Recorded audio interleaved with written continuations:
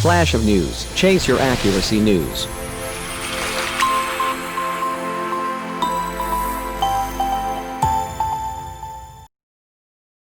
Extremely dangerous Hurricane Laura makes landfall in U.S.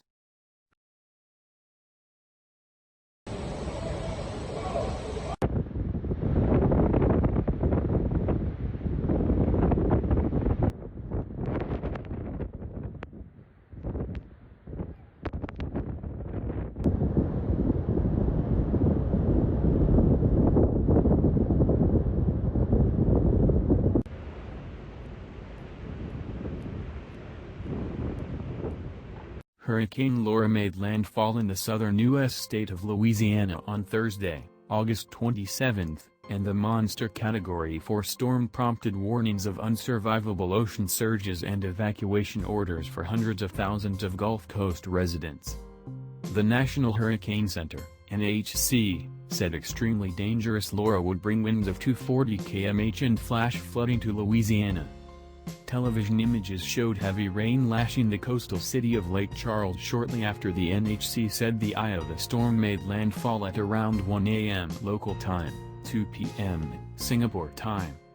Earlier the NHC warned Laura could pummel the Louisiana and Texas coasts with an unsurvivable storm surge of up to 6 meters, and that tornadoes could form at the southern edges of the weather system. Preparations to protect life and property should be rushed to completion, it said. Between 13 centimeters and 26 centimeters of rain was expected on parts of the Gulf Coast between Wednesday and Friday. Storm surges could penetrate up to 64 kilometers inland along parts of the coast, and peak surge coupled with high tide could see water as high as 4.5 meters to 6 meters above normal levels, it said. Texas Governor Greg Abbott warned Laura's power was unprecedented and urged citizens to get out of harm's way. Your property can be replaced, Abbott said, your life cannot. Vice President Mike Pence, speaking on the third night of the Republican convention, urged people in the storm's path to heed state and local authorities. The National Guard said it had mobilized more than 1,000 members in Texas to help with hurricane response, including 20 aircraft and more than 15 shelter teams. Among the cities potentially in the path of the eye of the storm and under mandatory evacuation orders are Beaumont and Port Arthur, Texas, which suffered heavy damage from Hurricane Harvey 3 years ago. Not going to play with the good Lord. COVID-19 loomed over preparations, with Angela Jout, Director of Evacuation Operations in Lake Charles, saying authorities were ensuring that evacuees use hand sanitizer, get their temperatures taken and maintain a distance of 1.8 meters. In the Texas town of La Porte, near Houston, residents were stocking up on essentials and a voluntary evacuation was in place.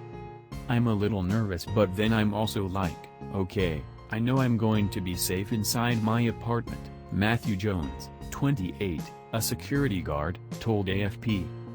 I got bread. I got lunch meat, peanut butter, jelly, gallons of water, snacks. Further east, in Port Arthur, a town near the border with Louisiana, Janet Zinos was packing up her family to evacuate. We really need to leave. I'm just worried that the house will go down on us, she said. Another evacuee in Lake Charles, Patricia Como, said other family members had stayed behind but she was not going to take a chance. I'm not going to play with the good Lord, Como said. Louisiana Governor John Bel Edwards tweeted that portions of I-10, the interstate highway that connects all of the southern United States, were closed ahead of Laura's arrival. He urged those evacuating to head north in order to detour the closure and avoid undrivable conditions. Traumatized city. In New Orleans, devastated by Hurricane Katrina in 2005, the historic French Quarter was empty of tourists. Sandbags were piled up in front of the doorways of colonial-style buildings and windows were boarded up with plywood. The city remains traumatized from Katrina, which made landfall as a Category 3 storm, flooding 80% of the city and killing more than 1,800 people. Laura earlier caused flooding in Haiti and the Dominican Republic, killing at least 25 people. The Atlantic storm season, which runs through November, could be one of the busiest ever this year, with the NHC predicting as many as 25 named storms. Laura is the 12th so far.